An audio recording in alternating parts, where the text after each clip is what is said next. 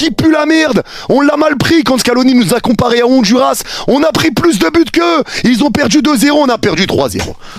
Los periodistas argelinos explotaron tras la goleada sufrida ante Argentina. Muchos recordaron las declaraciones previas de Lionel Scaloni, quien había comparado el nivel de Argelia con el de Honduras, palabras que no cayeron nada bien en la prensa ni entre los aficionados argelinos. Sin embargo, lo que más molestó fue el resultado, y es que mientras Honduras logró caer dignamente por 2-0 ante el albiceleste, Argelia terminó recibiendo un contundente 3-0 que dejó muy malas sensaciones. La comparación terminó convirtiéndose en una herida abierta. Argelia llegó con la ilusión de darle pelea a una de las favoritas del Mundial, pero terminó siendo ampliamente superada por una Argentina que jugó a placer. Veamos el video y suscríbete al canal. Estamos rumbo a los 100,000 suscriptores. Oh la honte, la honte, la honte, la honte, la honte, la honte, la honte, la honte. La honte. Bougez pas. J'arrive. On va essayer de rester calme dans cette vidéo, ça va pas être une chose facile, tellement on s'est fait chier dessus aujourd'hui par notre équipe. Ça fait 12 ans qu'on n'a pas connu la Coupe du Monde. 12 ans, la dernière fois qu'on y a été, c'était en 2014. On la retrouve en 2026 pour que vous nous pondiez cette merde, cette bouse sur le terrain, avec aussi peu d'envie, pas de mouvement, pas de cohérence, pas de collectivité, pas de combinaison, pas de pressing, rien. L'équipe n'avait pas envie de jouer aujourd'hui. Et le point commun que les joueurs avaient avec nous, c'est qu'ils ont regardé le match comme nous. Ils ont été spectateurs de ce qui a été fait par l'Argentine. Ils ont été spectateurs. Et aujourd'hui, on se disait, oui, Petkovic, il a enfin compris, il a mis un bon 11. Mahrez sur le banc, Zerouki sur le banc, Aouar sur le banc. Enfin, il y a un bon 11. Mais si tu ne mets pas de tactique au fond de tout ça, si tu dis à tes joueurs de rester alignés en 4-3-3, de pas bouger, de rester seulement en place, de jamais mettre d'intensité, de pas mettre de pressing dans la moitié de terrain adverse, mais de pas en mettre non plus dans ta moitié de terrain. L'Argentine a visé avec le ballon au milieu de terrain dans le rond central. Ils arrivent à te trouver des passes, des décalages parce que nous, on est statique. On bouge pas. On est aligné sans essayer de bloquer les solutions de passe. Moi, je comprends pas. Si vous n'avez pas envie de jouer, venez pas. Venez pas. Ça va être plus rapide. Ne venez pas. C'est pas possible de mettre aussi peu d'envie, d'intensité.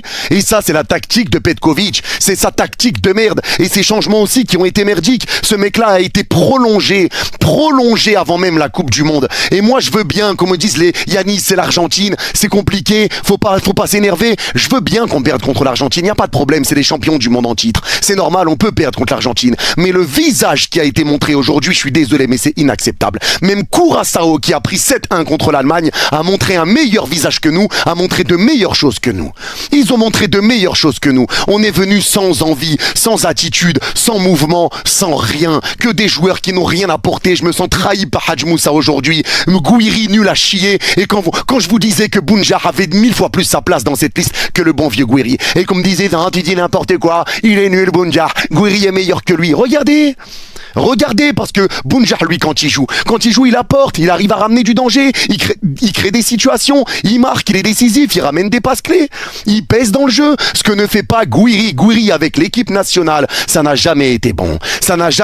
Aujourd'hui, Bentaleb, c'est un 0 pointé. Bentaleb a été nul à chier, même Boudaoui, je suis très déçu de lui aujourd'hui. Je suis très déçu, et j'en parle même pas d'Aïssa Mandi, et je ne parle même pas de Zidane, même si on va en parler encore une fois, bien évidemment. On va en parler. Aujourd'hui, c'est pas le résultat, c'est pas la défaite qui m'énerve, c'est l'attitude qui a été montrée sur le terrain, c'est l'envie qui a été montrée sur le terrain, parce qu'on n'a vu aucune envie. On n'a pas vu des joueurs voulant se battre. Les seuls qui se sont battus, c'est Ait Nouri, Shaibi Maza. C'est les seuls qui ont essayé de faire des choses. Tout le reste, ça a été nul à chier.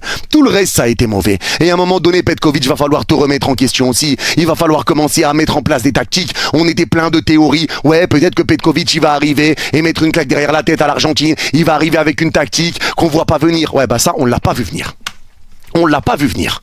Hein? On l'a pas vu venir. Parce qu'aujourd'hui, on rentre dans l'histoire. Parce que Messi, il te met un triplé. C'est le plus vieux joueur à avoir marqué en Coupe du Monde. En plus, un triplé. Il te met un triplé. Il est meilleur buteur égalité avec Miroslav Klose. Il devient co-meilleur buteur de l'histoire de la Coupe du Monde. Et avec un triplé et contre l'Algérie.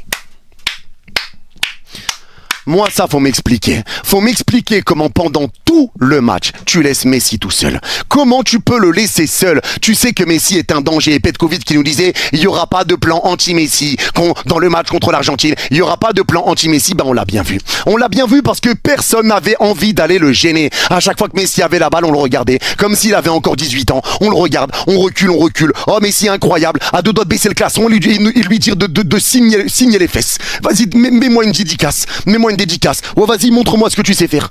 Mais à un moment donné, il y a un peu de fierté, et il y a un peu d'envie. Commencer à mettre du jeu, essayer de lui mettre des tacles, essayer de lui rentrer dedans. La seule fois où quelqu'un a taclé Messi, qu'il l'a fait tomber, il est revenu le relever. Excuse-moi Léo, mais montrez que vous voulez en découdre, montrez que vous avez de l'envie, de l'orgueil, de l'ego, que vous voulez faire des différences. Vous êtes tous là à rester statiques, à rien faire, à pas vous bouger pour l'équipe. En 4K, on s'est fait briser en 4K après 12 ans d'absence en Coupe du Monde. En 4K, on s'est fait plier en deux. En 4K, personne n'a jamais voulu mettre son pied sur Léo Messi. Et voilà, maintenant tu laisses Messi. Moi j'arrive pas à comprendre les gars, je vous jure. J'arrive pas à comprendre comment Messi peut être laissé aussi seul et à quel point personne n'a osé venir le gêner. On n'a jamais mis un coup d'épaule à Léo Messi. On lui a jamais mis un coup d'épaule, on le regarde, on recule, on regarde, on recule.